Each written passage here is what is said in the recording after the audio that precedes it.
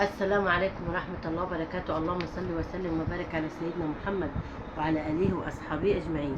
ازيكم يا حبايبي، عاملين ايه؟ النهارده جايلكم تجربة جميلة جدا عن تجربة يا جماعة. الحاجة اللي أنا بعملها وبلاقيها بتجيب معايا نتيجة أنا بعملها لكم عشان تستفادوا منها زي ما أنا استفدت منها.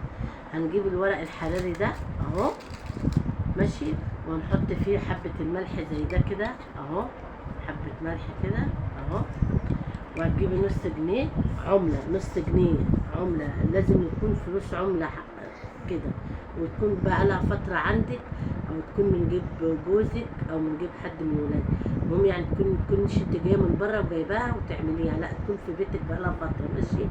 وهنحط الملح اهو، والنص جنيه ده اهو في قلبها العملة اهي ماشي. وهنعمل ايه؟ هنجيب الورقة دي كده اهي اهي، ونطبقها كده اهي كده اهي زي السندوتش كده اهي اهي ماشي اهي.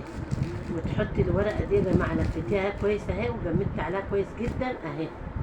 تروحي في الدولاب في وسط هدومك او هدوم جوزك، وتحطي الورقه دي زي الحجاب كده، وتسيبيها بقى، انسيها، سيبيها تبعد تفك المشاكل والطاقه السلبيه لو بينك وبين، تصلح ما بينك وبين زوجك، بينك وبين اولادك، تهدي في بيتك، تجلب لك الرزق، تحل لك المشاكل. صدقوني يا جماعه اعملوها عن تجربه، والله العظيم عن تجربه. وروحي حاطينها في البتاع ده وسيبيها بقى تطبقي الهدوم، تسوي الدولاب، تحطيها مكانها تاني. تيجي بعد فتره ترجيها كده، لقيت الملح لسه بترجي معاكي، سيبيها. لقيت الملح جمد وعمل ملهوش صوت، خديها وتخلصي منها في حته بعيده وارميها. وادعي لي على التجربه دي.